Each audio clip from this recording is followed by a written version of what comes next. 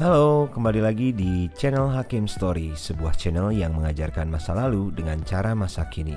Dalam video kali ini, saya akan membahas lebih detail tentang historiografi. Seperti yang kita ketahui bahwa historiografi adalah tahap akhir dari seorang sejarawan dalam penelitian sejarah untuk mengungkap peristiwa di masa lalu. Historiografi secara sederhana berarti penulisan sejarah. Lalu bagaimana historiografi di Indonesia? Tonton sampai habis ya. Namun sebelum penjelasan, silakan kalian klik tombol subscribe yang berwarna merah serta aktifkan lonceng notifikasi agar saya lebih bersemangat untuk membuat video-video pembelajaran selanjutnya. Oke, kita intro dulu ya.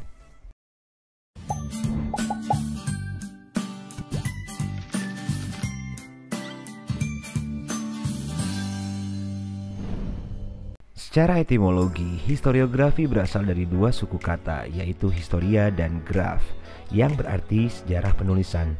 Namun secara pengertian, historiografi adalah kajian mengenai metode sejarawan dalam pengembangan sejarah sebagai disiplin akademis, dan secara luas merupakan karya sejarah mengenai topik tertentu yang menjelaskan bagaimana sejarawan mengkaji suatu peristiwa di masa lalu dengan menggunakan sumber, teknik, dan pendekatan teoritis tertentu.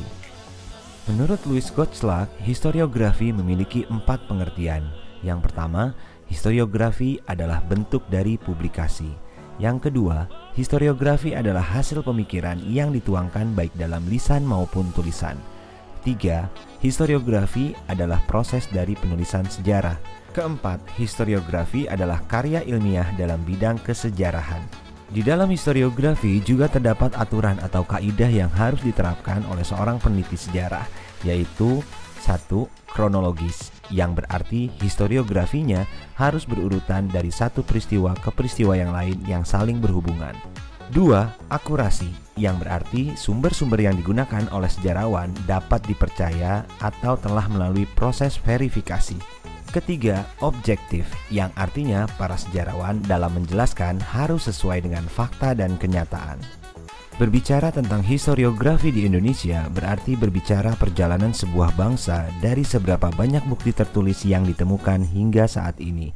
Di Indonesia sendiri, perkembangan historiografi terbagi menjadi 3, yaitu historiografi tradisional, historiografi kolonial, dan historiografi modern. Historiografi tradisional adalah masa penulisan sejarah yang diawali dari masa kerajaan Hindu-Buddha hingga berakhirnya kerajaan Islam di Nusantara. Jadi, secara tidak langsung, historiografi tradisional terbagi menjadi 2, yaitu historiografi masa kerajaan Hindu-Buddha dan historiografi masa kerajaan Islam. Masuknya kebudayaan Hindu-Buddha di Indonesia membawa pengaruh dalam kehidupan masyarakat Indonesia, terutama dalam bidang politik, ekonomi, sosial, dan budaya. Dalam bidang kebudayaan, masuknya Hindu-Buddha semakin memperkaya kebudayaan di Indonesia. Historiografi pada masa Hindu-Buddha sebagian besar ditulis menggunakan huruf Pallawa dan bahasa Sanskerta.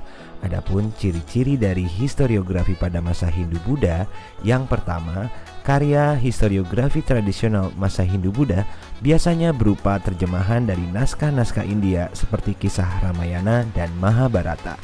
Yang kedua, bersifat religio-magis, yang berarti kepercayaan yang meyakini adanya kekuatan di atas manusia dan kekuatan gaib yang menguasai alam sekitar. Yang ketiga, bersifat istana sentris, yang berarti historiografinya menitik beratkan pada kekuasaan raja atau kehidupan keluarga istana. Historiografi masa Islam berkembang seiring perkembangan kerajaan-kerajaan Islam di Indonesia. Pada masa ini, historiografi bercorak Hindu-Buddha mulai digantikan oleh historiografi bercorak Islam. Melalui karya-karya historiografi tradisional pada masa Islam, perkembangan Islam dan kerajaan-kerajaan Islam di Indonesia dapat ditelusuri dan dikaji. Historiografi tradisional pada masa Islam mendapat pengaruh dari kebudayaan Arab. Meskipun demikian, kebudayaan asli dan kebudayaan Hindu-Buddha yang telah berkembang dalam masyarakat Indonesia tidak hilang begitu saja. Secara umum, ciri historiografi tradisional pada masa Islam adalah sebagai berikut. 1. Masih mengandung unsur mitos. Sebagian besar historiografi pada masa Islam menceritakan kisah hidup seseorang yang mendapat wahyu sehingga menjadikannya sebagai orang terpilih. Kisah tersebut selanjutnya digunakan untuk menunjukkan legitimasi kekuasaan raja. 2. Sudah mengenal unsur kronologi. Unsur kronologi pada karya historiografi Islam dapat dilihat dari cerita asal-usul kerajaan dan silsilah raja-raja kerajaan Islam. 3. Bersifat etnosentris. Historiografi pada masa Islam ditulis dengan menekankan ciri kedaerahan. Oleh karena itu, sebagian besar historiografi pada masa ini menceritakan lingkungan etnik tertentu. Adapun contoh karya historiografi pada masa Islam adalah 1. Hikayat Raja-Raja Pasai. 2. Hikayat Hasanuddin. 3. Suluk Wujil. 4. Babad Giyanti. Historiografi kolonial merupakan karya-karya sejarah yang ditulis bangsa Eropa di Indonesia. Penulisan historiografi kolonial tidak terlepas dari kepentingan pemerintah kolonial untuk mengukuhkan kekuasaannya di Indonesia. Secara umum, karya historiografi kolonial berbeda dengan karya historiografi pada masa sebelumnya, baik dari segi sifat, sumber, maupun sudut pandang penulisannya. Adapun karya historiografi kolonial memiliki ciri-ciri sebagai berikut. 1. Bersifat Nerlandosentris dan Eropa-sentris. Artinya, kisah sejarah ditulis berdasarkan sudut pandang dan kepentingan orang-orang Belanda atau Eropa yang saat itu sedang menjajah. Oleh karena itu, fokus utama karya historiografi kolonial di Indonesia adalah bangsa Belanda. Adapun kehidupan bangsa Indonesia hanya menjadi fokus sekunder dalam historiografi kolonial. 2. Bersifat subjektif. Historiografi kolonial hanya menyoroti aktivitas orang-orang Belanda di Indonesia sebagai fokus kajian. Akibatnya, keberadaan orang-orang Indonesia dianggap tidak terlalu penting. Kajian yang hanya memfokuskan pada peran dan aktivitas orang Belanda inilah yang menyebabkan karya historiografi kolonial bersifat subjektif. 3. Mengandung mitos. Karya historiografi kolonial masih mengandung unsur mitos. Mitos digunakan untuk menonjolkan superioritas bangsa Belanda. Sebagai contoh, mitos dalam historiografi kolonial adalah adanya kesan bahwa bangsa Belanda telah menjajah bangsa Indonesia sejak 1598. Faktanya, kekuasaan kolonial Belanda di Indonesia baru dimulai pada tahun 1808, yaitu pada masa kekuasaan Gubernur Jenderal Daendels. 4. Bersifat diskriminatif. Dalam menulis historiografi kolonial, para sejarawan sering memutarbalikan fakta-fakta sejarah terkait bangsa Indonesia. Pemutarbalikan fakta tersebut dilakukan untuk menyudutkan posisi masyarakat pribumi. Selanjutnya, pihak Belanda mengambil keuntungan psikologis, ekonomi, dan politis dari karya tersebut. 5.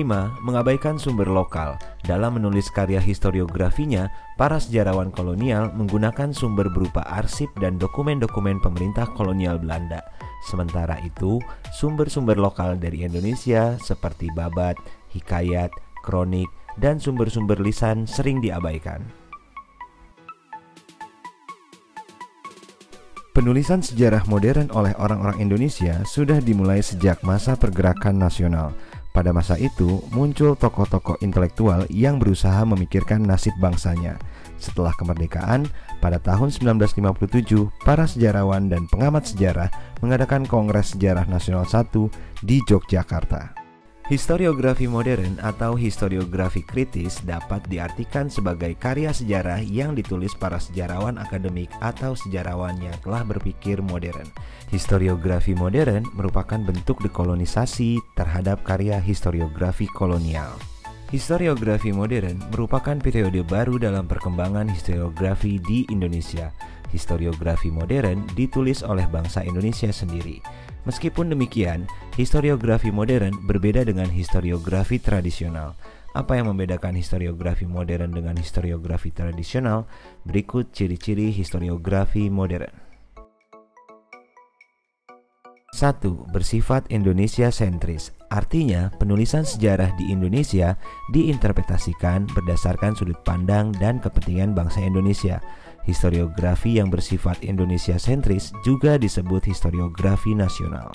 2. Bersifat metodologis, artinya karya sejarah ditulis menggunakan teknik penulisan sejarah ilmiah dalam ilmu sejarah. Dengan demikian, substansi atau isi karya historiografi modern dapat dipertanggungjawabkan secara ilmiah. Ketiga, bersifat kritis historis. Artinya, karya sejarah ditulis menggunakan pendekatan multidimensional. Pendekatan multidimensional adalah penggunaan ilmu-ilmu lain untuk menganalisis sebuah peristiwa sejarah.